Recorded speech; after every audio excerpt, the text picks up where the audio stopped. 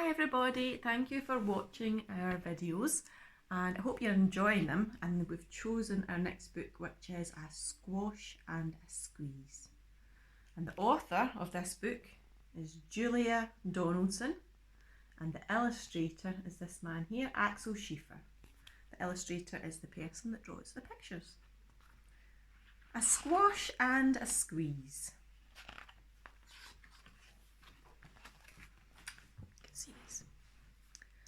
A little old lady lived all by herself, with a table and chairs and a jug on the shelf. A wise old man heard her grumble and grouse, "There's not enough room in my house. Wise old man, won't you help me please? My house is a squash and a squeeze."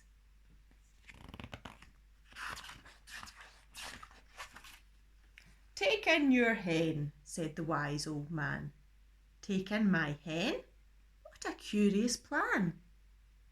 Well, the hen laid an egg on the fireside rug and flapped round the room, knocking over the jug.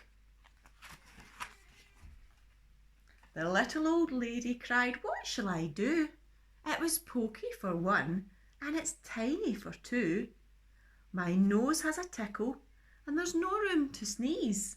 My house is a squash and a squeeze." And she said, "Wise old man, won't you help me please? My house is a squash and a squeeze." "Take in your goat," said the wise old man. "Take in my goat? What a curious plan." Well, the goat chewed the curtains and trod on the egg, then sat down to nibble the table leg. The little old lady cried, "Glory be! It was tiny for two, and it's titchy for three. The hen pecks the goat, and the goat's got fleas. My house is a squash and a squeeze." And she said, "Wise old man, won't you help me please? My house is a squash and a squeeze." "Take in your pig," said the wise old man. "Take in my pig? What a curious plan." So she took in her pig, who kept chasing the hen and raiding the larder again and again. The little old lady cried, "Stop, I implore! It was titchy for three, and it's teeny for four. Even the pig in the larder agrees. My house is a squash and a squeeze." And she said, "Wise old man, won't you help me please? My house is a squash and a squeeze." "Take in your cow," said the wise old man. "Take in my cow? What a curious plan."